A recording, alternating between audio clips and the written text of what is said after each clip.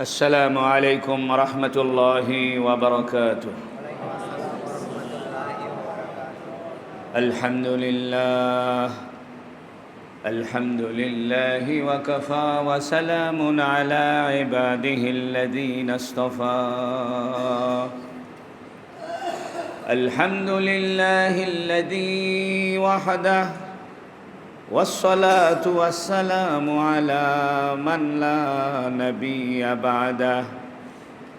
وبشانه قال جل وعلا: إن الله وملائكته يصلون على النبي يا أيها الذين آمنوا صلوا عليه وسلموا تسليما. اللهم صل على محمد وعلى آل محمد كما صليت على إبراهيم وعلى آل إبراهيم إنك حميد مجيد. اللهم بارك على محمد وعلى آل محمد كما باركت على إبراهيم وعلى آل إبراهيم إنك حميد مجيد. أما بعد فقد قال جل وعلا: ولا يحزنك قولهم إن العزة لله جميعا وهو السميع العليم. আলহামদুলিল্লাহ, আমরা প্রায় দীর্ঘ 2 মাস পরে, রমজানে তাফসীর হয় নাই, সেই হিসেবে দীর্ঘ 2 মাস পরে আমরা আবার আল্লাহর ঘরে বসে আল্লাহর কোরআন শোনার আল্লাহ তৌফিক দান করেছে, বলুন আলহামদুলিল্লাহ। আমরা সূরা ইউনুস থেকে আলোচনা শুনছিলাম, 11তম পারার সূরা ইউনুস। আজকে সূরা ইউনুসের 65 নম্বর আয়াত থেকে তাফসীর হবে ইনশাআল্লাহ। আজকে যে আয়াতের আলোচনা আমরা করব, এই আলোচনার একটি শানে নুজুল রয়েছে, প্রেক্ষাপট রয়েছে। সেটি হলো রাসূলুল্লাহ সাল্লাল্লাহু আলাইহি ওয়াসাল্লামকে মক্কার কাফেররা ইজ্জত দিত না এবং তারা বলতো, মুহাম্মদ যদি নবী হবে তাহলে মক্কার মধ্যে আরও সম্মানী লোক আছে। যেমন আবু জেহেল মক্কাবাসীদের কাছে সম্মানী মানুষ ছিল, অথবা সাহেবা রবিয়া এরা ধনী মানুষ ছিল। তো কাফেরদের বক্তব্য ছিল যে মুহাম্মদ তো সামাজিকভাবে ধনী মানুষ না, টাকা পয়সার কারণে মানুষের দুনিয়াতে ইজ্জত হয়। একজন মানুষ লেখাপড়া নাই, টাকা পয়সা আছে, তা মানুষ তারে সম্মান করে টাকার কারণে। একজন মানুষের সদ্গুণ নাই, মানুষ ভালো না, কিন্তু টাকার কারণে এমপি হয়ে গেছে। এখন মানুষ সবাই তারে এমপি সাহেব সম্মান দেখায়। তো কাফেররা বলতো যে মুহাম্মাদের তো টাকা পয়সা নাই, তার তো কোনো ইজ্জত নাই। দ্বিতীয় কথা, মক্কার সমাজ জীবনে আবু জেহেল, উতবা, সাইবা, রবিয়া এদের যে ইজ্জত সম্মান, এরা হলো নেতা। তো এইরকম ইজ্জত সম্মান তো মুহাম্মদ সাল্লাল্লাহু আলাইহি সাল্লামের নাই। তো আল্লাহ পাক রাসূল সাল্লাল্লাহু আলাইহি সাল্লামকে সান্ত্বনা দিচ্ছেন, কি বলছেন? লা ইয়াহজুনকা কওলুহুম, হে নবী, তাদের কথা যেন আপনাকে ব্যথিত না করে। সুবহানাল্লাহ। কাফেরদের যে বক্তব্য যে মুহাম্মাদের তো কোনো ইজ্জত নাই, এই কথায় যেন আপনি ব্যথিত হবেন না। ইন্নাল ইজ্জাতা লিল্লাহি জামিআ, সমস্ত ইজ্জতের মালিক আল্লাহ। এখান থেকে একটা কথা বুঝেন বর্তমান দুনিয়াতেও আলেম ওলামার ইজ্জত নাই। এমনি মসজিদের মধ্যে ইজ্জত আছে, মসজিদের বাইরে আর ইজ্জত নাই। মানুষে বলে হুজুররা দাওয়াত খেয়ে বেড়ায়, মিলাদ পড়ে বেড়ায়, এই জন্য কেউ তার ছেলেকে হুজুর বানাইতে রাজি নেই। ইল্লা মাশাআল্লাহ কিছু মানুষ রাজি আছে। বেশিরভাগ বড়লোক মানুষ, শিক্ষিত মানুষ, ডাক্তার, ইঞ্জিনিয়ার, তারা চিন্তা করে আমার ছেলেরে হুজুর বানাবো, টাকা পয়সা তো এই লাইনে নাই।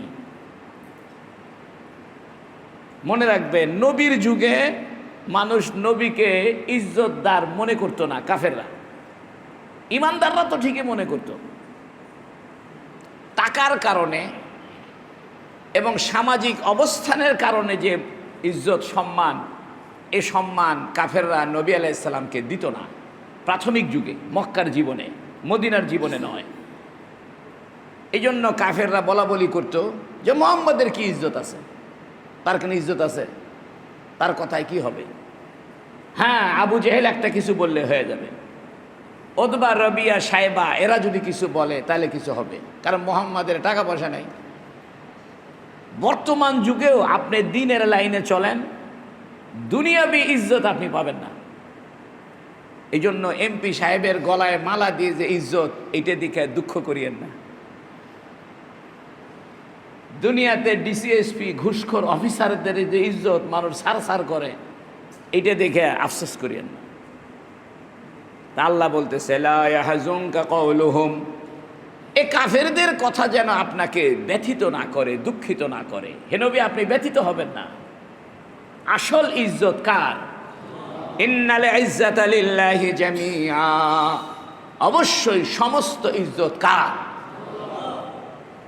আল্লাহ পাক অন্য আয়াতে এই আয়াতের ব্যাখ্যা দিয়েছেন, ইন্নাল ইজ্জাতা লিল্লাহি ওয়া লির রাসূলিহি ওয়া লিল মুমিনিন। অন্য আয়াতের ভিতরে আল্লাহ এই ইজ্জতের আরেকটু সম্প্রসারিত আলোচনা করেছেন। আল্লাহ বলছেন ইজ্জত হলো আল্লাহর, আল্লাহর রসুলের, আর ইমানদারদের হলো ইজ্জত। সুবহানাল্লাহ। আচ্ছা, আল্লাহ যে বলল সমস্ত ইজ্জত আল্লাহর, তো বাস্তব অর্থে তো দুনিয়াতেও মানুষ ইজ্জত পায়। আপনি চিন্তা করলে দেখবেন, মানুষ যে ইজ্জত নিয়ে চলে, যে সম্মান নিয়ে চলে, যে দাপট নিয়ে চলে, এই দাপটটা দিয়েছে কে? আল্লাহ দিয়েছে। তাহলে ঘুরে ফিরে দাপট আর ইজ্জত কার হইল? এই জন্য যে ব্যক্তি নিজেকে যত বেইজ্জতবান মনে করবে, তাসাউফের একটা কথা আছে, তুমি নিজেকে যত অপদস্থ মনে করবা, আল্লাহর কাছে তোমার ইজ্জত তত বাড়বে। এটা হাদিসে আছে, মান তাওয়াজা লিল্লাহ রাফাআহুল্লাহ। যে ব্যক্তি আল্লাহর জন্য নত হয়ে থাকে, আল্লাহ তার ইজ্জতকে উচ্চ স্থানে নিয়ে যায়। এই জন্য কখনো নিজেকে ইজ্জতওয়ালা মনে করবেন না। না আলেম ওলামা, মসজিদি ইমাম, শাইখুল হাদিস, মুফতি, মুহাদ্দিস, আমাদেরকে তো মনে করাই হবে না। আমরা যদি নিজেদেরকে ইজ্জতওয়ালা মনে করি, দুনিয়াতে বেইজ্জত অপেক্ষা করবে। কারণ আমাদেরকে মানুষ সম্মান করে আসলে কোরআনের কারণে। আমরা কোরআন না জানলে কেউ বসতো এখানে, কেউ শুনতো না। আমরা কোরআন একটু দুই এক লাইন শিখছি দেখে নামাজ পড়াই, মানুষে আমাদেরকে সম্মান করে, পাঞ্জাবি বানায় দিবের চা। আসলে ইজ্জত কার?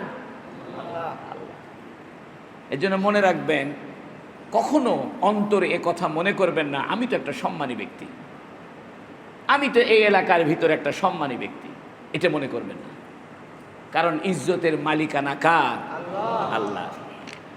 তাই আল্লাহ বলতেছে লা ইয়াহজুনকা কওলুহুম, হে নবী, এই কাফেররা আপনাকে ইজ্জত দেয় না, পাত্তা দেয় না, বলেও বেড়ায় মুহাম্মাদের কি ইজ্জত আছে, আপনি দুঃখ করবেন না, ব্যথিত হবেন না। ইন্নাল ইজ্জাতা লিল্লাহি জামিআ, সমস্ত ইজ্জতের মালিক কে? অনেক ওলামায়ে কেরাম এই আয়াতের থেকে একটা আমল বের করছে। কি আমল?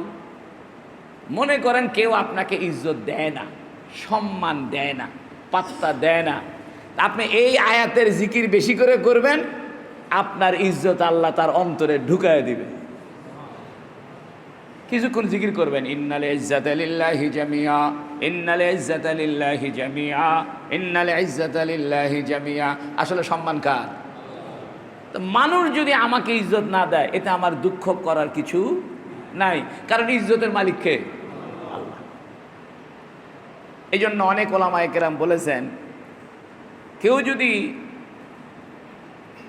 ইজ্জত পাচ্ছে না, যে সম্মান তাকে দেখানোর কথা সে সম্মান তাকে মানুষ দেখায় না অথবা বেইজ্জত করে, তখন সে যদি এই আয়াতটা কিছুক্ষণ জিকির করে আর মনে মনে চিন্তা করে সমস্ত ইজ্জতের মালিক কে? আল্লাহ, তাকে বেইজ্জত করবে না। এমন কি একজন চুরি করতে গেছে, ধরা পড়বে ভাব, তখন সে বলতেছে ইন্নাল ইজ্জাতা লিল্লাহি জামিয়া, ইন্নাল ইজ্জাতা লিল্লাহি জামিয়া। সমস্ত ইজ্জত কার? আল্লাহ। আরে বেইজ্জত করবে না। আল্লাহ কবে ইজ্জতের মালিক আমি, তুই আমার ইজ্জতের কসম দিয়ে দোয়া করিস, তাহলে ঠিক আছে, তুই যত বড় অপরাধী হ, তোর অপরাধের কারণে আমি মানুষের সামনে তোরে বেইজ্জত করব না। এই জন্য কোরআন শরীফে অন্য একটা আয়াতে আছে, ওয়ালা তুখজিনা ইয়াউমাল কিয়ামাহ, হে আল্লাহ আপনি কিয়ামতের দিন আমাদেরকে বেইজ্জত করবেন না। হাদিস শরীফে নবী দোয়া করছেন, হে আল্লাহ দুনিয়াতেও বেইজ্জত করবেন না, আখেরাতেও বেইজ্জত করবেন না, কারণ ইজ্জত কার? আর আমি বান্দা কার? আমি তো যার তার বান্দা না, আমি তো মহান আল্লাহর বান্দা, মহান ইজ্জতের অধিকারী আল্লাহর বান্দা। সেই আল্লাহর যেহেতু সব ইজ্জত, তার দুই এক ছিটে ফোঁটা, দুই একটা কণা তো আল্লাহ আমারে দিবে। প্রধানমন্ত্রীর ড্রাইভারের কিন্তু বহু ইজ্জত আছে। প্রধানমন্ত্রীর বাড়িতে যে ঝাড়ু দেয়, ওরও বহু দাম আছে, কারণ সে ঝাড় দিতে দিতে প্রধানমন্ত্রীর বহু খবর জানায়। ঝাড় দিতে দিতে দেখে এখানে কোনো খারাপ জিনিস পড়ে থাকলে সে টের পায়। এবং মানুষ যদি প্রধানমন্ত্রীর কাছে কিছু সুপারিশ করতে চায়, তাহলে ঝাড়ুদাররে কয়, শোন তুই ঝাড় দিতে দিতে না কষ্ট যে আমাদের গ্রামে এক ছেলে আছে, ছেলেটা চাকরি হচ্ছে না স্যার, আপনি দেখেন তো। জাগা মতো ঝাড়ুদার, ড্রাইভার এরা যদি প্রধানমন্ত্রীর কানে পৌঁছাইতে পারে, আর চাকরি হয়ে যাবে। আপনি এমপি সাহেব হয়ে যে কাম না করবার পারছে, প্রধানমন্ত্রীর ঝাড়ুদার তার চেয়ে বেশি কাম করতে পারে। এমপি সাহেব তো নিয়ম মতো যায়, আর ঝাড়ুদারের কোনো নিয়ম নাই, ঝাড় দিতে দিতে সুপারিশ করে দিচ্ছে। এমপি সাহেব তো যেখানে সেখানে সুপারিশ, যখন তখন সুপারিশ করতে পারবে না। প্রধানমন্ত্রী কবে তুমি ইয়া করো, ডিসির মাধ্যমে এটা করো, অথবা মিনিস্ট্রি দিয়ে দাও, মন্ত্রণালয় দিয়ে দাও, আমি দেখতেছি। আর ঝাড়ুদারের কোনো মন্ত্রণালয় লাগে? ওটাই মন্ত্রণালয়। ঝাড়ুদারের কোনো দরখাস্ত লাগে না, মন্ত্রণালয় লাগে না, কোনো লবিং টবিং কিছু লাগে, ডাইরেক্ট অ্যাকশন। আল্লাহ কইতেছে তোমরা যদি আমার ঝাড়ুদার হয়ে যাও, আমার ফকির হয়ে যাও, তোমার আর কোনো মন্ত্রণালয়ের আশ্রয় লাগবে না, সরাসরি আল্লাহ আমি তোমার দিয়ে দিব। লা ইয়াহজুনকা কওলুহুম, হে নবী আপনি তাদের কথায় দুঃখিত হবেন না। ইন্নাল ইজ্জাতা লিল্লাহি জামিআ, সমস্ত সম্মান কার? তিনটা কথা বোঝা গেল। এক নাম্বার, মৌলিক ইজ্জত কার? তাহলে আমি ইজ্জতের দাবি করারই দরকার নাই। যে জিনিসের মালিকই আমি না, সেই জিনিসের দাবি করাই তো অন্যায়। পৃথিবীর সব মানুষ যদি মনে করে আমার ইজ্জতের দাবি করা ঠিক না, ইজ্জত কার? তাহলে ইজ্জত যদি কেউ না দেয়, তাহলে দুঃখের কিছু নাই। দুঃখ ওই জায়গায় যে লোক নিজেকে ইজ্জত চাইতেছে, যে লোক বলতেছে মানুষ আমরা সম্মান দেয় না কে, সেই লোক সম্মান না পাইলে তার জন্য দুঃখ। আর যে লোক আগের থেকে চিন্তা করছে সম্মান আমার প্রাপ্য না, সম্মান প্রাপ্য কার, তাহলে এই লোকরে যদি কেউ বেইজ্জত করে তাহলে কোনো সমস্যা তার নাই। দুই নম্বর, আল্লাহ ইজ্জতওয়ালা, আমি কি আল্লাহর বান্দা না? আল্লাহ আমারেও ইজ্জত দিবে। সেই জন্য কোরআন শরীফে অন্য আয়াতে বলছে ইন্নাল ইজ্জাতা লিল্লাহি ওয়া লিরাসূলিহি ওয়া লিল মুমিনিন। হে দুনিয়ার মানুষ, আমি যেমন ইজ্জতওয়ালা, এই জন্য আমি রসুলদেরকে ইজ্জতওয়ালা বানাইছি আর মুমিনদেরকে ইজ্জতওয়ালা বানাইছি। তিন নম্বরে, কেউ যদি আপনারে বেইজ্জত করে, এই আয়াতটা বেশি বেশি পড়বেন, ইনশাল্লাহ বেইজ্জত করতে পারবে না। আয়াতের একটা আসর আছে, আয়াতের তর্জমার একটা ব্যাপার আছে। মনে করেন আপনার টাকা পয়সা নাই, তাই করছে আল্লাহু হুয়াল গনি ওয়া আনতুমুল ফুকারা, আল্লাহ আপনি ধনী আমি ফকির, আল্লাহ আপনি ধনী আমি ফকির। আল্লাহ করবে আচ্ছা রে ভালো কথা করছো দেখি, আচ্ছা আর যা টাকা লাগে দিয়ে দে। আপনার জায়গা মতো কন, সাইজ মতো কন। আপনার টাকা নাই, খুব অস্থির হয়ে গেছে, অস্থির হতে লাভ নাই। লাভ হলে হেড অফিসে কন, হেড অফিসে বলে যে আল্লাহ আপনি ধনী, আমি গরিব। আপনি ধনী মানুষ, আমি আপনারই ফকির, তো আমি তো আর কারো ফকির না, দেন টাকা পয়সা দেন, দেখবেন কেমনে কেমনে আল্লাহ ব্যবস্থা করে দিচ্ছে। আল্লাহ পরে এটা একটা আমল, এটা একটা জিরিদ বলে। অর্থাৎ কেউ যদি বেইজ্জতিতে পড়ে এই আয়াত জিকির করলে আল্লাহ তাকে ইজ্জত দিবে। এমনকি কেউ যদি গুনাহ করার কারণে বেইজ্জতির মধ্যে পড়ছে, তারপরেও যদি সেই আয়াতটা তেলাওয়াত করতে থাকে, আল্লাহ ওই গুনাহ করা অবস্থায় তারা ইজ্জত দিয়ে বাঁচায় দিবে। অনেক সময় হয় না, একটা ভুল করছেন, এখন মানুষ জানাজানি হইলে কি হয়ে যাবে? বেইজ্জত। তুমি এখন করছে ইন্নাল ইজ্জাতা লিল্লাহি জামিয়া, ইন্নাল ইজ্জাতা লিল্লাহি জামিয়া। আল্লাহ আপনি আমার ইজ্জত রক্ষা করেন। আল্লাহ ইজ্জতের মালিক। আপনি দেখবেন কেমনে কেমনে আল্লাহ ওই বিপদ থেকে আপনারা ইজ্জত বাঁচায় নিবে। একটি হাদিসে আছে, কিয়ামতের দিন আল্লাহ কিছু আলেমদেরকে ডাকবে, ডেকে বলবে এই দুনিয়াত কিছু গুনাহ টুনা করছু? কয় হ। মাফসাবো তো চাসু? কয় হ। কয় আমি তো তোরে এলেম দিছিলাম, তাই না? কয় হ। কয় আচ্ছা ঠিক আছে, পর্দার ভিতরে গোপনে আল্লাহ হালকা পাতলা বিচার করবি, তাড়াতাড়ি জান্নাতে চলে যা, ইজ্জত রক্ষা করবে। অর্থাৎ কোনো আলেম, কোনো আল্লাহর প্রিয় বান্দা যদি কোনো অন্যায় করেও থাকে, আল্লাহ কিয়ামতের দিন তার বিচার সবার সামনে করবে না, ইজ্জত বাঁচানোর জন্য গোপনে বিচার করে ছেড়ে দিবে। তো বিচারটা কি? যে তোর থেকে আমাকে টাকা পায়, দিসনি তো, উনি তো মাফও করেনি, কি হবে এখন? যে আল্লাহ আল্লাহ আল গনি ওয়ান তুমুল ফোকারা, আপনি হলেন ধনী, আমরা সব ফকির। আচ্ছা ঠিক আছে, অক ম্যানেজ করেছি। ওরও কিছু গুনাহ আছে, অক করছি শোন, যে লোকের থেকে তুমি টাকা পাইবে ওই লোক টাকা পয়সা দিবি না, তো তোমার যে গুনাহ আছে গুনাহগুলো মাফ করে বেহেশত দিয়ে দিলাম। সুবহানাল্লাহ। ওই তখন খুশি হয়ে। এই জন্য হাদিস শরীফে আছে, মান সাতারা আবদান সাতারাহুল্লাহু ইয়াউমাল কিয়ামা। যে ব্যক্তি দুনিয়াতে কোনো মানুষের দোষ ঢেকে রাখবে, অর্থাৎ বেইজ্জত হবে, এই কথা বললে সে বেইজ্জত হবে, এই কথাটা সে বলেনি, ঢেকে রাখছে, কিয়ামতের দিন আল্লাহ তার দোষ ঢেকে রেখে গোপনে বিচার করে জান্নাত দিয়ে দিবে। এই জন্য মনে রাখে, কারো দোষ প্রকাশ করবেন না। কোনো মানুষ বেইজ্জত হয় এই কাজে হাত দিবেন না। কারণ আপনি মনে রাখেন, আপনি একজন মানুষের বেইজ্জত করতেছেন, আপনারও তো বেইজ্জত করার অনেক ব্যাপার আছে। এই জন্য হাদিস শরীফ আছে, মান সাতারা আবদান, যে ব্যক্তি কোনো ব্যক্তির দোষকে ঢেকে রাখবে, ফির দুনিয়াতে সাতারাল্লাহু ইয়াউমাল কিয়ামা, আল্লাহ কিয়ামতের দিন তার দোষটাকে ঢেকে রাখবে। মনে করেন একজন মানুষ এখন ভালো হয়ে গেছে, নামাজ কালাম পরে, হজ ওমরা করছে, আগে উল্টাপাল্টা খাইছে, এখন আপনি করছেন চিনেন চিনেন?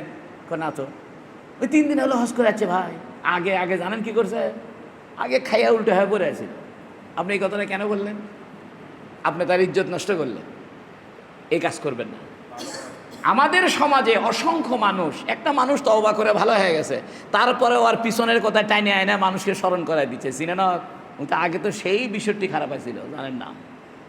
আগে ইল্লেল্লা খাচ্ছিল, উল্টা পাল্টা নেশা করছে, এর কথা তো বলার দরকার নেই। আপনার আমল করেন, আল্লাহ আমাদেরকে আমলের তৌফিক দান করুক, বলুন আমিন। আল্লাহ বলতেছে কি, ওয়া হুয়াস সামিউল আলিম, তিনি কিন্তু সব শোনে। তুমি কার বেইজ্জত করতেছো এটা কিন্তু আল্লাহ শুনতেছে।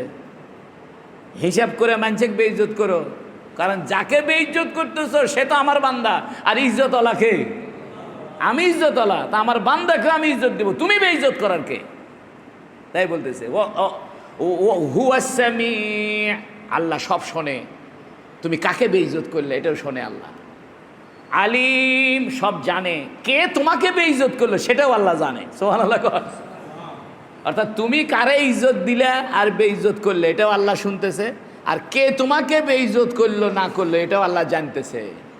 অতএব সাবধান থেকো, মৌলিক ইজ্জতের মালিক কে? এখন আল্লাহ করছে এই ইজ্জত যে আমার, কেন জানো?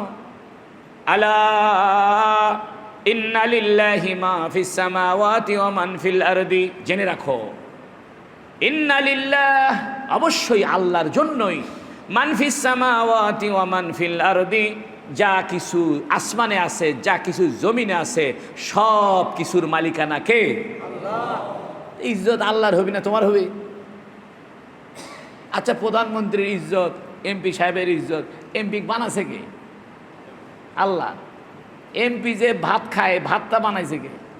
যে পানি খায়, পানিটা বানাইছে কে? তোমার কিসের ইজ্জত কে?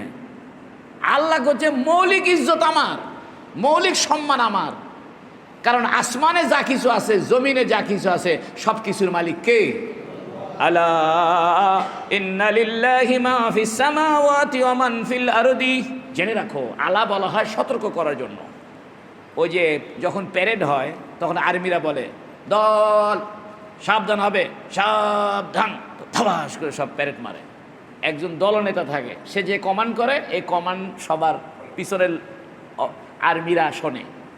এটা আরবিতে আলা ব্যবহার হয় সতর্ক করার জন্য। হে সাবধান, কারে বেইজ্জত করো, কেন নিজেকে ইজ্জতওয়ালা মনে করো? আসমানা যা আছে, জমিনে যা আছে, সবগুলোর মালিক কে? ওয়ামা ইয়াত্তাবিউল্লাযীনা ইয়াদউনা মিন দুনিল্লাহি শুরাকা। তোমরা মূর্তিকে ইজ্জত দিচ্ছ, কত বড় বেকুব! পাথর দিয়ে মূর্তি বানায় সেটারে ইজ্জত দাও। তা আল্লাহ বলতেছে ওয়ামা ইয়াত্তাবিউ আল্লাযীনা ইয়াদউনা মিন দুনিল্লাহ। আল্লাহকে ছাড়া যাদেরকে এই কাফেররা ডাকে, তারা কোন শরিকানার অনুসরণ করছে? ভালো করে বুঝেন। আল্লাহকে বাদ দিয়ে তারা যাদেরকে ডাকে, এই শরিকদেরকে তারা কিভাবে ডাকে? আল্লাহকে বাদ দিয়া মাটির তৈরি মূর্তিগুলারে ডাকো, এদেরকে ইজ্জত দাও, লজ্জা করে না? আল্লাহ বলতেছে আলা ইন্না লিল্লাহি মান ফিস সামাওয়াতি ওয়া মান ফিল আরদি। আসমানে যা আছে, জমিনে যা আছে, সব কিছুর মালিক কে? ওয়ামা ইয়াত্তাবিউল্লাযীনা ইয়াদউনা মিন দুনিল্লাহি শুরাকা। আল্লাহকে ছাড়া কাফেররা যাদেরকে ডাকে, তারা কোন শরিকদেরকে ডাকে, কোন দেবতাদেরকে ডাকে? এটা এক তরজমা। এটা আরেকটা তরজমা আছে, সেটা হলো কোরআন শরীফের বিভিন্ন আয়াতের কয়েকটা তরজমা হতে পারে ব্যাকরণগত কারণে। আরেকটা তরজমা হলো আল্লাহকে বাদ দিয়ে তারা যাদেরকে ডাকে, তারা কি আসলে শরিক হওয়ার যোগ্য? অর্থাৎ আল্লাহ বাদ দিয়ে যে দেবতাদেরকে ডাকে, এই দেবতাগুলা কি আল্লাহর শরিক হওয়ার যোগ্য? আল্লাহর শরিক হওয়ার এরা যোগ্য নয়। তাহলে তরজমা দুটো হইল। একটা হইল আল্লাহকে বাদ দিয়ে যাদেরকে তারা ডাকে, দেবদেবীদেরকে, এরা কি শরিক? এরা কিসের আল্লাহর শরিক? আল্লাহ আসমান জমির সব মালিক। ওই মাটির তৈরি মূর্তি, ওই তো আগে মানুষ ছিল। এই মাটির তৈরি মূর্তি এরা আল্লাহর শরিক হবে? আশ্চর্য কথা। আর একটা কথা হলো আল্লাহকে বাদ দিয়ে তারা যে দেবদেবীর পূজা করে, এই দেবদেবীগুলো কি আসলে শরিক হইতে পারে? আল্লাহর শরিক, আল্লাহর অংশীদার হতে পারে? বলেন না, পারে? পারে না। আল্লাহ বলতেছে ইয়াত্তাবিউনা ইল্লা যন্নাহ। এরা তো শুধু ধারণার অনুসরণ করে। সুবহানাল্লাহ। কিসের অনুসরণ করে? ধারণা। যে বাপদাদার আমল থেকে পূজা হয়ে আসতেছে, এটা এই ধারণার উপর ওরাও পূজা করতেছে। বাপদাদা দুর্গা পূজা করছে, এরাও করে। এই জন্য মনে রাখবেন, কোনো মানুষকে যদি আপনি ইজ্জত দেখান, অন্তরে রাখবেন আসল ইজ্জত মালিককে। বাহিরে তাকে ইজ্জত দেখাইতে সমস্যা নাই। এই জন্য একটা হাদিসে আছে, মান লাম ইয়াশকুরিন নাস লাম ইয়াশকুরিল্লাহ। যে ব্যক্তি মানুষের কৃতজ্ঞতা করে না, সে আল্লাহরও কৃতজ্ঞতা করে না। অর্থাৎ যে ব্যক্তি মানুষের শুকরিয়া আদায় করে না, সে আল্লাহরও শুকরিয়া করে না। মনে করি একটা মানুষ আপনাকে হজে নিয়ে গেছে, ওমরায় নিয়ে গেছে, বা আপনাকে সাহায্য করছে, আপনাকে ইজ্জত দিছে, একবেলা খানা খাওয়াইছে, তাহলে আপনি তাকে বলবেন আলহামদুলিল্লাহ, আপনি আমার বড় উপকার করলেন। এটা বলতে কোনো দোষ নাই, বরং হাদিসে আছে, এটা বলো। কিন্তু অন্তরে রাখো আসল উপকার করছে কে? আপনি কথা বলেন না, দেখ আপনি কিসের উপকার করছেন? আল্লাহ আমার উপকার, আল্লাহ ছাড়া আমার কেউ নাই। আপনি তোমাকে সেই দিন 10,000 টাকা ধার দিলেন, আল্লাহ বাদ দেন, তা করো না। তুমি তারও শুকরিয়া আদায় করো, তাকেও বলো যে ভাই আপনি আমার উপকার করছেন। কিন্তু মনে মনে বলো অরিজিনাল উপকার করছে কে? ওর মাধ্যম দিয়ে করছে। কার মাধ্যম দিয়ে করছে? আল্লাহ যার মাধ্যম দিয়ে আরো আপনার উপকার করছে, তাকে আপনার খুশি করার দরকার আছে কি নাই? এই জন্য হাদিসে আছে মান লাম ইয়াশকুরিন নাস লাম ইয়াশকুরিল্লাহ, যে ব্যক্তি মানুষের শুকরিয়া আদায় করে না সে আল্লাহরও শুকরিয়া আদায় করে না। আল্লাহ বলতেছে ইয়াত্তাবিউনা ইল্লা যন্না, এরা তো ধারণার অনুসরণ করে চলতেছে। ওয়া ইনহুম ইল্লা ইয়াখরুসুন, ইনে এটা নাফিয়া, তারা তো কেবল ধারণা করে কথা বলে।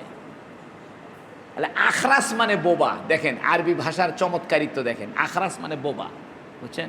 গঙ্গা, যারা বোবারা কথা বলে কিছু বলা যায়, অস্পষ্ট না? তো বোবাদের কথা মানুষ ধারণা করে ধরে নেয় যে এই কবার যাচ্ছে, নাকি স্পষ্ট বোঝে? বোবাদের কথা মানুষ ধারণা করে ক্যাচ করে যে এটা এই বলতে চাচ্ছে। একজন বলতে তখন বুঝে গেছে, যারা ওর সাথে থাকে বুঝে গেছে যে ওখানে যাবার মানা করেছে। এই জন্য সব বোবার কথা সবাই বুঝবে না, ওই বোবার সাথে যারা ঘোরাফেরা করে ওরাই বোবার কথা বুঝে।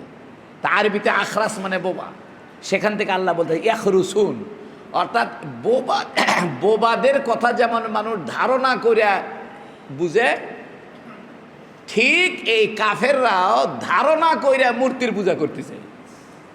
ধারণা করে কি করতেছে? উত্তর বলতেছে। এর মানে এরাও এক ধরনের বোবা, এই কাফেররাও এক ধরনের কি বোবা। হুয়াল্লাযী জাআলা লাকুমুল লাইলা লিতাসকুনু ফীহি ওয়ান নাহারা মুবসিরা, ইজ্জত যে আল্লাহর, এটা আল্লাহ ব্যাখ্যা দিচ্ছে। সম্মান আমার, দেখো কেন? হুয়াল্লাযী জাআলা লাকুমুল লাইলা, ওই আল্লাহ যিনি তোমাদের জন্য রাত্রিকে সৃষ্টি করেছেন। রাত বানাইছে কে? আচ্ছা, পৃথিবীর সব মানুষ মিলে রাত আটকায় দিতে পারবে? বাংলাদেশের সমস্ত মন্ত্রী, minister, police, BDR, RAB, army সব সন্ধ্যার সময় রাস্তার বাইরে হলো, কোথাও আমরা সন্ধ্যা হবার দেবো না, বন্ধ করো, করতে হবে, সন্ধ্যা যেন না লাগে, মিছিল করে কোনো লাভ আছে? এর মানে পৃথিবীর সমস্ত মানুষ মিলেও রাত্রিকে ঠেকাইতে পারবেন না, পৃথিবীর সমস্ত মানুষ মিলে সকালবেলাকে ঠেকাইতে পারবেন না। তাহলে রাত আর দিন বানাইছে কে? তা তোমার কিসের ইজ্জত মিয়া? তুমি কি পারো? এই জন্য আল্লাহ যে আছে এটার প্রমাণ আল্লাহ আশেপাশে দিয়ে রাখছে। রাত বানাইছে কে? পৃথিবীর কোনো মানুষ রাত বানাইতে পারছে? বড় বড় সাগরের পানিগুলো বানাইছে কে? নাকি মানুষ বালতি দিয়ে ভরাইছে? কেউ চিন্তা করতে পারে যে কোটি কোটি মানুষ বালতি দিয়ে পানি ভরাইতে ভরাইতে সাগর হয়েছে? হয়েছে? আকাশটা বানাইছে কে? চাঁদ সূর্য বানাইছে কে? আল্লাহ কইতেছে এই ইজ্জত আমারে দিবে না? তোমরা তো আসলে কোনো কিছু বানাওনি। হুয়াল্লাযী জাআলা লাকুমুল লাইলা, ওই আল্লাহ যিনি তোমাদের জন্য রাত্রিকে সৃষ্টি করেছেন। কেন? লিতাসকুনু ফীহি, যেন তোমরা রাত্রেবেলা বিশ্রাম করতে পারো। সুবহানাল্লাহ। বোঝা গেল রাত জায়গা টিভি দেখা, মোবাইল চেপা আল্লাহ পছন্দ করছে না। আল্লাহ করছে রাত দিছি তোমাদেরকে বিশ্রামের জন্য। সুকুন মানে শান্তি। সুকুন মানে কি?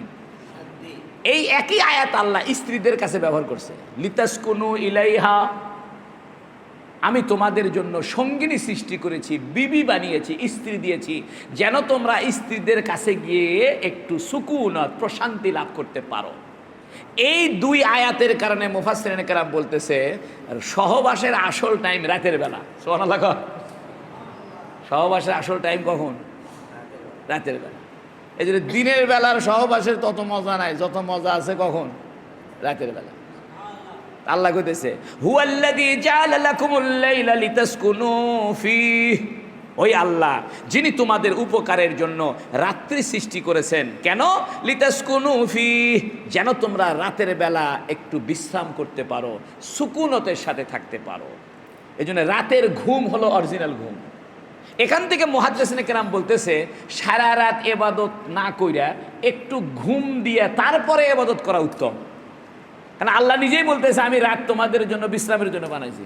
তাহলে আপনি সারা রাত ধরে নামাজ পড়লেন, একটু ঘুমাইলেন না, তা আল্লাহ যেটা নিয়ামত হিসাবে আপনারা দিছে রাতের বেলা একটু বিশ্রাম করবেন, সে বিশ্রাম তো আপনি করলেন না। ইসলাম কতটা মানবিক, কতটা মানুষের জীবনের সাথে সম্পৃক্ত।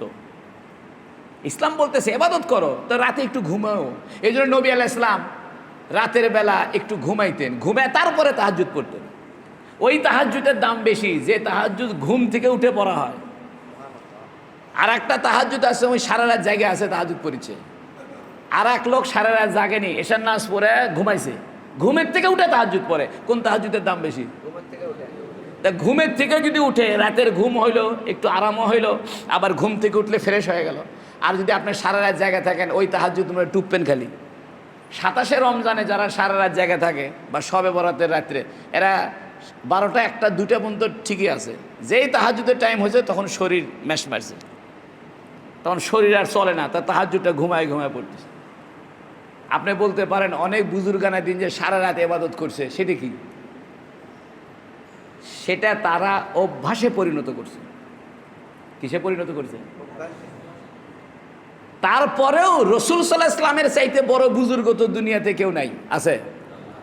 রসুলের চাইতে বড় পীর সাহেব কেউ আছে? রসুল নিজেই তো ঘুমাইতো, ঘুমায় তারপরে ঘুমের থেকে উঠে কি করতো? তাহাজ্জুদ পড়তো। অনেক সময় তাহাজ্জুদ পড়ে আবার শুইতো, শুয়ে আয়েশাক বলতেন আমি একটু ঘুমাই, এই জন্য ফজর নামাজ তাহাজ্জুদ পড়ে একটু ঘুমায় তারপরে সুন্নত পড়ে তারপরে যাইতো। আবার অনেক সময় তাহাজ্জুদ পড়ে সুন্নত পড়ে একটু কাজ হয়ে শুইতো, শুয়ে তারপরে ফরজ নামাজে যাইতো। যাই হোক, রাতের বেলার ঘুম যে শরীরের জন্য উপকারী এটা বর্তমানের বিজ্ঞানও মেনে নিছে। সমস্ত ডাক্তাররা বলতেছে রাতের ঘুমটা আপনি ফ্রেশ ঘুম দিবেন, ঠিক না? আল্লাহ সে কথাই বলতেছে, হুয়াল্লাযী জাআলা লাকুমুল লাইলা লিতাসকুনু ফীহি। আল্লাহ রাত্রিকে সৃষ্টি করেছেন যেন তোমরা রাতের বেলা প্রশান্তি করতে পারো, বিশ্রাম নিতে পারো। ওয়ান নাহারা মুবসারা, আর দিনকে করেছে দেখার মানে দেখতে পাওয়ার মতো অবস্থা করেছে দিনকে। তা রাতের বেলা তোমরা দেখতে পারবে, সব পরিষ্কার হয়ে যাবে, আলো হয়ে যাবে। এর মানে হলো রাতের বেলা চোখ বন্ধ করে ঘুমাও, আর দিনের বেলা চোখ খুলে কামাই রোজগারে লাগে পড়ো। এটা আবার আরেক আয়াতে আছে, সূরা জুমার মধ্যে আছে, ওয়াইদা কুদিয়াতিস সালাতু ফান্তাশিরু ফিল আরদি ওয়াবতাগু মিন ফাদলিল্লাহ। যখন নামাজ হয়ে যাবে তখন রিজিকের ধান্দায় বাইরে হয়ে পড়ো, ব্যবসা বাণিজ্য, চাল ডাল যা আছে, তেল কেনা বেচা লাগে, সরিষা কেনা লাগে, তেল কেনা লাগে, এলে সব কেন আর ব্যবসা করো। আল্লাহ বলতেছে আমি রাতকে করেছি তোমাদের প্রশান্তির জন্য, বিশ্রামের জন্য, ওয়ান্নাহারা মুবসারা, আর দিনকে করেছি দেখার মতো বস্তু হিসাবে বা দেখবার উপযোগী করে দিনকে বানিয়েছি। এখান থেকে বোঝা যায় অন্ধকারে ঘুমানো উত্তম। সুবহানাল্লাহ কোন, নাকি লাইট জ্বলে দিয়ে ঘুম পাড়া ভালো? কিন্তু অন্ধকারে নামাজ পড়া উত্তম না। খেয়াল করেন, অন্ধকারে ঘুমানো উত্তম, আলোর মধ্যে নামাজ পড়া উত্তম। এমনকি চোখ খুলে নামাজ পড়া উত্তম, চোখ বন্ধ করে নামাজ পড়া মাকরুহ। আপনি বলতে পারেন হুজুর চোখ বন্ধ করলে আমার নামাজের আগ্রহ বেশি হয়, কয় না? চোখ বন্ধ করে নামাজ পড়বে, হঠাৎ করে সেজদার জায়গাটা বিচ্ছু আসলো, একটা পোকা আসলো, একটা সাপ আসলো, একটা ভিমরুল আসলো, দিবে কামড়, তখন আল্লাহর জন্য সেজদা দিলাম, আল্লাহ আমারে কামড় খাওয়াইলো। মনে রাখেন, নামাজের মধ্যে চোখ বন্ধ করে নামাজ পড়বেন না, চোখ খোলা রেখে নামাজ পড়বেন। এক কিতাবে আছে যে নামাজের মধ্যে চোখ বন্ধ করে নামাজ পড়ে আর হুরগুলা অন্ধ হবে। আপনি বলতে পারেন হুজুর চোখ বন্ধ করে নামাজ পড়লে আমার আগ্রহ বেশি হয় না। সুন্নতের মধ্যেই কামিয়াবি, আপনার আগ্রহের সাথে কোনো কানেকশন নাই। আপনার আগ্রহ হচ্ছে না, আপনি কোরআনের তরজমা জানেন না, সেই জন্য আগ্রহ হচ্ছে না। আজকে আমাদের ইমাম সাহেব সেই সুন্দর কেরাত করলো, কথা বুঝেনি? যদি আপনারা বুঝতেন তাহলে মনে হইতো যে ইমাম সাহেব আরেকটু বেশি পড়ে না কেন। সুবহানাল্লাহ। আমি তো মনে মনে যে আরেকটু 2-4 লাইন পড়ুক। নামাজের মজা আসলে কোরআন বোঝার মধ্যে। আপনি কোরআন বোঝেন না দেখে নামাজ পড়ে আরাম পাচ্ছেন না, সূরা ফাতিহা বুঝতেছেন না দেখে আপনার কাছে নামাজ আনন্দ লাগতেছে না। এই জন্য ঘুম পাড়তে হবে, অন্ধকারের ঘুম উত্তম, আর নামাজ আলোর মধ্যে। ইন্না ফি যালিকা লাআয়াতিন লিকওমিন ইয়াসমাউন। ইন্না ফি যালিকা, অবশ্যই এই বিষয়ে, অর্থাৎ রাত্রিকে সৃষ্টি করার বিষয়ে, দিনকে সৃষ্টি করার বিষয়ে, ইন্না ফি যালিকা, এ বিষয়ে নিশ্চয়ই, লাআয়াতিন, নিদর্শন রয়েছে, লিকওমি ইয়াসমাউন, যারা শুনতে আগ্রহী তাদের জন্য। সুবহানাল্লাহ বলেন। আল্লাহ কিন্তু লিকওমি ইয়াকিলুন বলেনি, যারা বোঝে তাদের জন্য তা বলেনি, বলতে যারা শোনে তাদের জন্য। অর্থাৎ আমার এই কথা যারা শুনবে, রাতের বেলা ভালো ঘুম দিবে, দিনের বেলা ব্যবসা বাণিজ্যের কাজ করবে। অনেকে আছে রাত 2টার সময় ভাত খায়। আমার এক আত্মীয় আছে, ঢাকায় থাকে, ওরা ধনী মানুষ। তো একদিন আমি জিজ্ঞাইলাম যে তোমরা খাওয়া দাওয়া কখন? কয় 2টার সময় খাই। রাতের খাওয়া খায় কটার সময়? 2টা। বড়লোক মানুষ 2টার সময় খায়, ঘুমাইতে 3টা, তারপরে ঘুমাইতে উঠিতে 10টা। অর্থাৎ ফজর নামাজের পরে ঘুমাইলো, রিজিক শেষ। হাদিস আছে যে ব্যক্তি ফজরের পরে ঘুমায় ওর রিজিকের বরকত নষ্ট হয়ে যায়।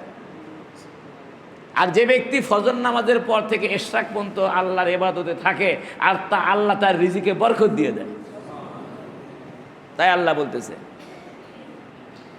ইন্না ফি যালিকা লাআয়াতিন লিকওমি ইয়াসমাউন, অবশ্যই ফি যালিকা, এ বিষয়ে, রাতের সৃজন করা, দিনের সৃষ্টি করা, এগুলো তো আমি বানাইছি, এগুলোর মধ্যে যারা শুনতে আগ্রহী তাদের জন্য নিদর্শন রয়েছে। অর্থাৎ তোমরা আমার কোরআনটা শোনো, বেশি বুঝার ধান্দা করো না, আমার কোরআনটা শোনো, দেখো আমি কি বলি।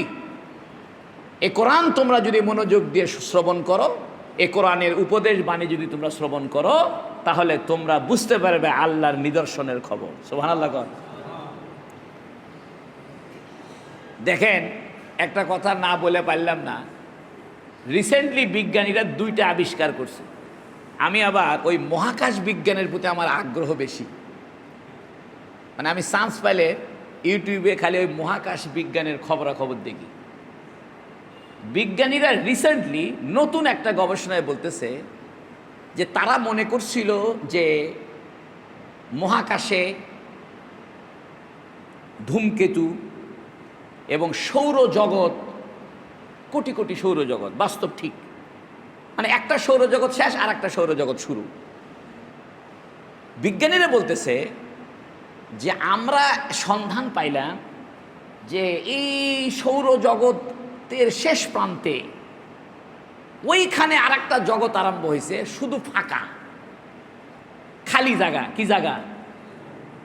এত খালি জায়গা যে ওই খালি জায়গায় 3 লক্ষ আলোকবর্ষ আলো চললে পরেও ওই শেষ মাথায় আলো যাচ্ছে না। সুবহানাল্লাহ। এটা বোঝেন আগে, আলোকবর্ষ কাকে বলে? আলো সেকেন্ডে 3 লক্ষ কিলোমিটার যায়, মানে 1,86,000 মাইল। ওই মাইলকে কিলোমিটারে কনভার্ট করলে 3 লাখ হয়। আর আমরা যে টর্চ মারি, এই টর্চের আলো সেকেন্ডে কয় লক্ষ কিলোমিটার যায়?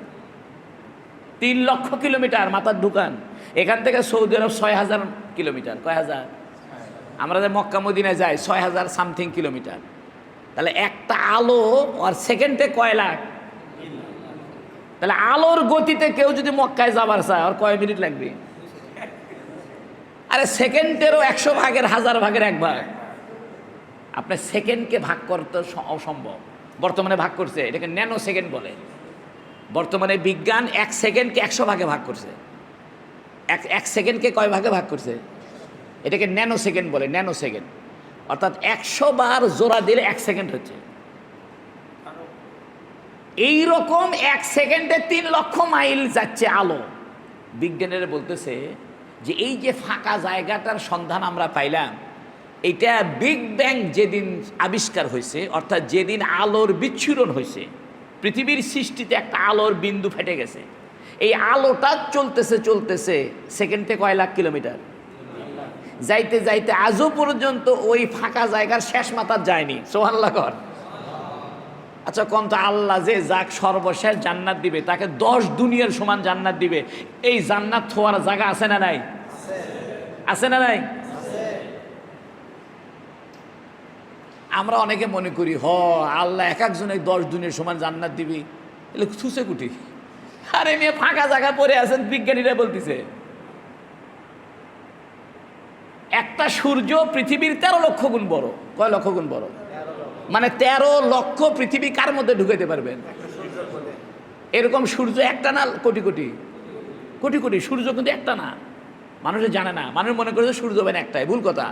আমরা একটা সৌর জগতে বসবাস করতেছি, এরকম সৌর জগৎ কোটি কোটি আছে। বিজ্ঞান আর একটা তথ্য দিছে কিছুদিন আগে। তারা বলতেছে যে মহাকাশে, অর্থাৎ যে গ্যালাক্সি, এই যে মহাকাশ অর্থাৎ মহাবিশ্ব, গ্যালাক্সির জগৎ, এখানে একটা গ্রহ পাওয়া গেছে। এই গ্রহটা পৃথিবীর চাইতে দ্বিগুণ। পুরা গ্রহটা হীরা দিয়ে তৈরি। সুবহানাল্লাহ। কি দিয়ে তৈরি? একটা ছোট্ট হীরার আংটির দাম কত? 50,000 টাকা? আরো বেশি না? কত? 1 লাখ। গোটা পৃথিবীর সমান ডবল একটা গ্রহ পাওয়া গেছে। এই গ্রহটা কি দিয়ে ভরা? ফাঁকা নাই, পুরাটাই খালি হীরা হীরা হীরা। আচ্ছা, আপনি এবার কোন তো, আল্লাহ যে জান্নাতে আমাদের জন্য একটা ইট স্বর্ণের, একটা ইট রূপার, একটা হীরা দিয়ে বানাবি, হীরার কোনো অভাব পড়বে আল্লাহর কাছে? এর মানে কি জানেন?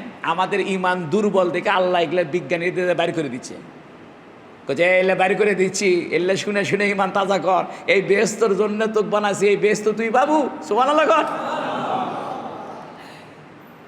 এই খবরটা যখন আমি পাইলাম যে এই দুনিয়ার সমান দ্বিগুণ পরিমাণ একটা গ্রহ, পুরাটা কি দিয়ে ভরা? আল্লাহ কইছে, আল্লাহ আমি প্রতিদিন যদি মক্কা যাবার চাই, তোমার তো কোনো অসুবিধা হবে না, কারণ এতগুলো হীরার মালিককে, আমার টেনশন কি? পৃথিবীতে কারো কাছে কি 100 মন হীরা আছে? আল্লাহ গোটা গ্রহ বানায় রাখছে। পুরো গ্রহটা কি দিয়ে তৈরি? বিজ্ঞানীর আরেকটা কথা বলতেছে, মহাকাশে সৌরজগতের বাইরে এমন কিছু গ্রহ আছে যেগুলো পুরাটাই স্বর্ণের খনি। সুবহানাল্লাহ। তা আমি কইছিলাম অসুবিধা নেই, আল্লাহ যে বেহেশত বানাচ্ছে ওর থেকে ইটে বাইর করে বানাচ্ছে। একবার সুবহানাল্লাহ করছি, ওই গ্রহ থেকে স্বর্ণের ইটে নিয়ে যা গাঁথা আরম্ভ হয়েছে। আর একবার সুবহানাল্লাহ করছি, ওখান থেকে স্বর্ণের ইটে আবার গাঁথিচ্ছে।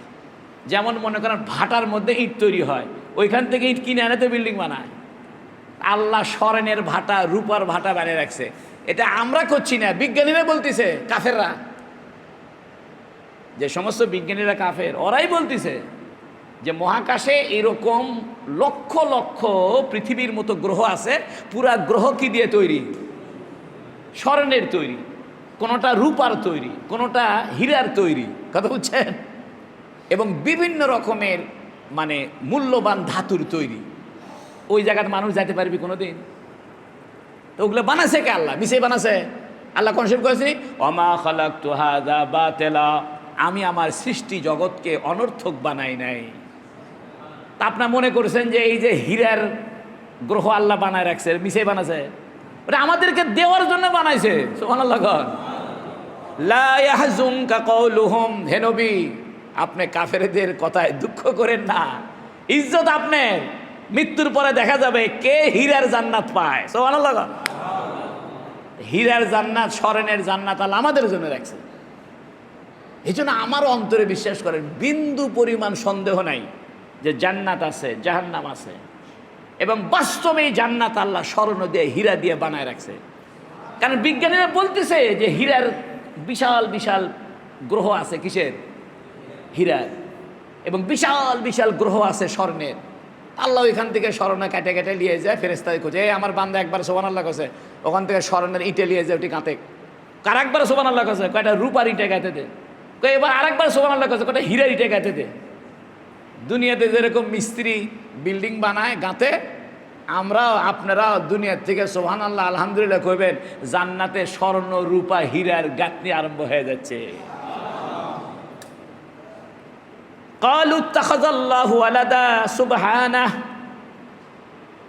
কাফেররা বলে আল্লাহ সন্তান গ্রহণ করছে। সুবহানাহ, আল্লাহ সন্তান গ্রহণ করা থেকে পবিত্র। এতক্ষণ তো মক্কার কাফেরদের প্রশ্নের উত্তর দিল, কারণ মক্কার কাফেররা নবীকে পাত্তা দেয় না।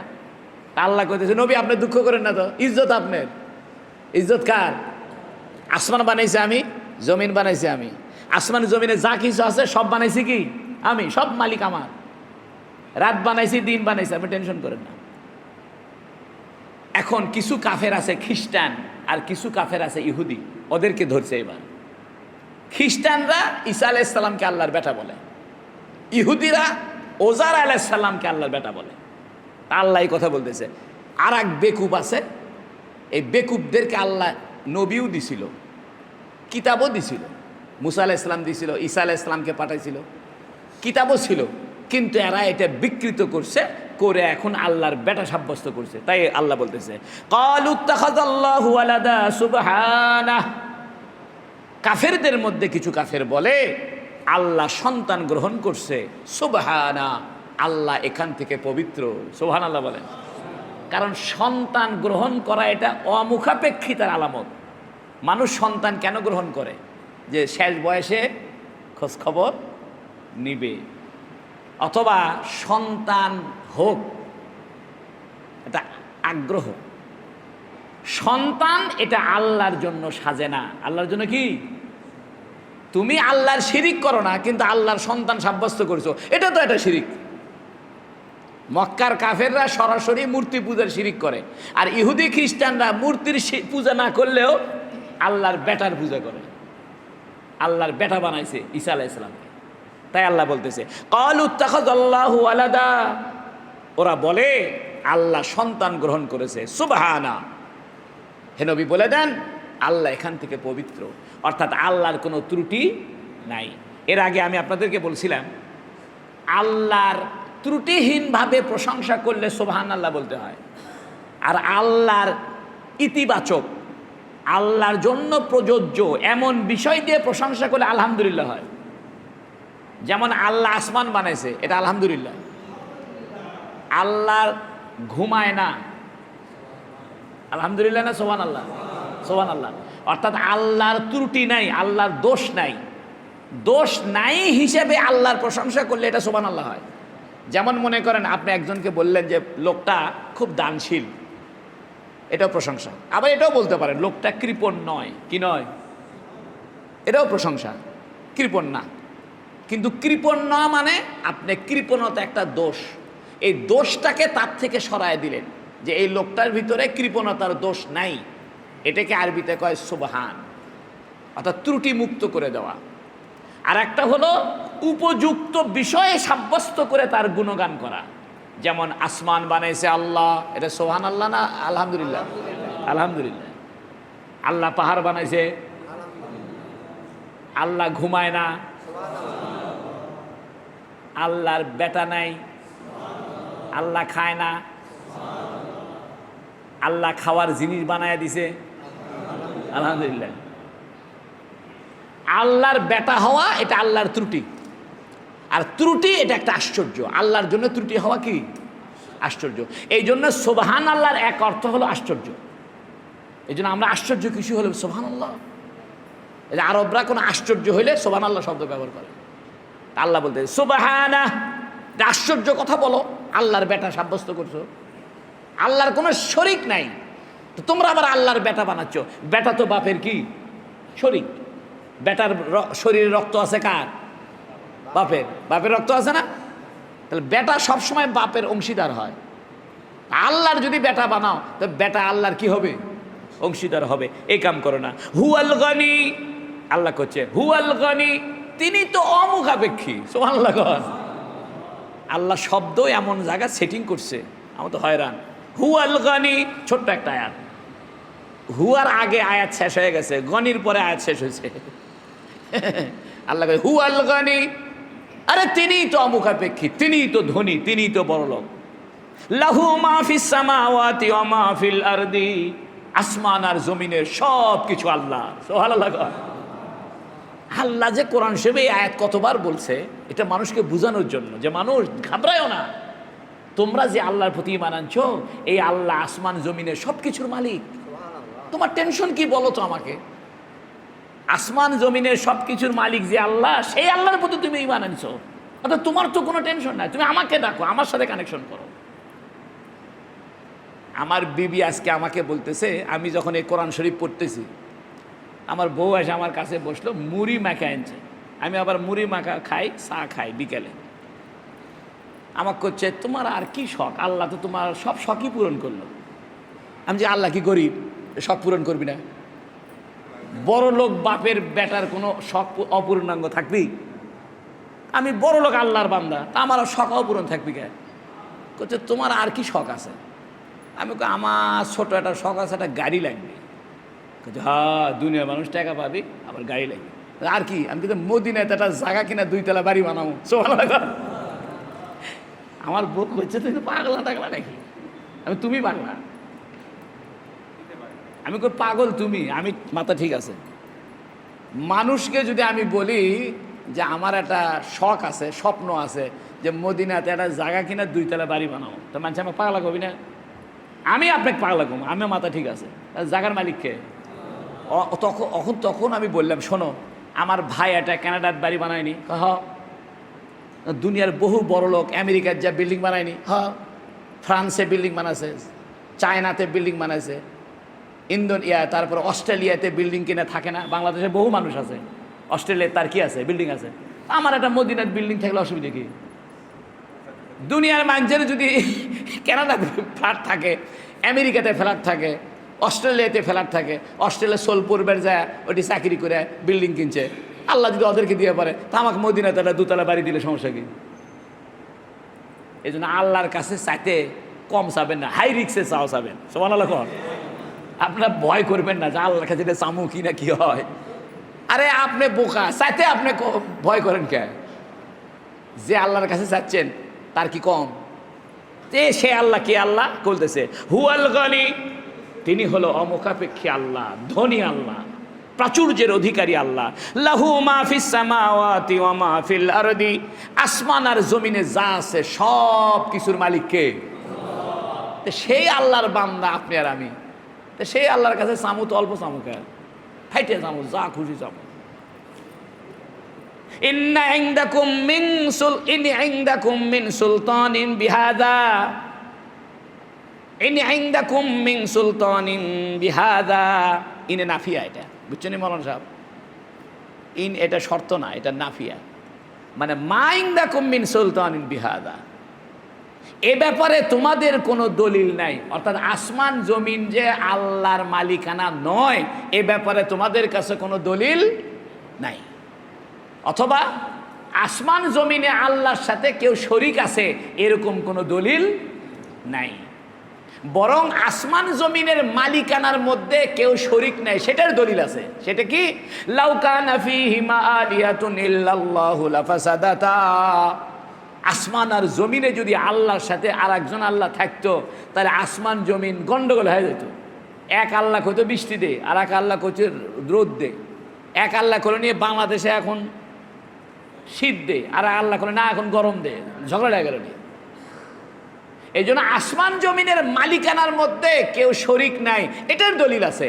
কিন্তু আসমান জমিনের মালিকানার মধ্যে কেউ শরিক আছে, এটার কোনো প্রমাণ নাই। তাই বলতেছে ইন ইনদাকুম মিন সুলতানিন বিহাদা, এ বিষয়ে তোমাদের কাছে কোনো দলিল নাই। সুলতান মানে দলিল, তোমাদের কাছে কোনো দলিল নাই। আতাকুলুনা আলাল্লাহি মা লা তা'লামুন, আতাকুলুনা আলাল্লাহ, আলা বাসেলে আলা এরাজের অর্থ দিছে, বিরোধিতার অর্থ দিছে। আল্লাহর বিরুদ্ধে তোমরা এমন কথা বলো যে যা তোমরা জানো না, যা তোমরা জানো না। 2-4টা হুজুর থাকলে তফসির করে আরাম আছে, ইশারা দিলে হুজুর বুঝে যাবে। আপনারা ওটা আপনাদেরকে ভাঙ্গিয়া কোয়া লাগে, এতে হুজুর একটা বসে আছে, ওই হুজুরে কয়ে দিলে হুজুর বুঝে গেছে। তাই আল্লাহ বলতেছে আতাকুলুনা আলাল্লাহি মা লা তা'লামুন, আল্লাহ মানে আল্লাহর বিরুদ্ধে। আতাকুলুনা, তোমরা বলছো, আলাল্লাহ আল্লাহর বিরুদ্ধে, মা লা তা'লামুন, যা তোমরা জানো না। জানো না আমি কত বড় মালিক। বাস্তবেই তো আল্লাহর মালিকানা সম্পর্কে আমাদের কোনো ধারণাই নাই।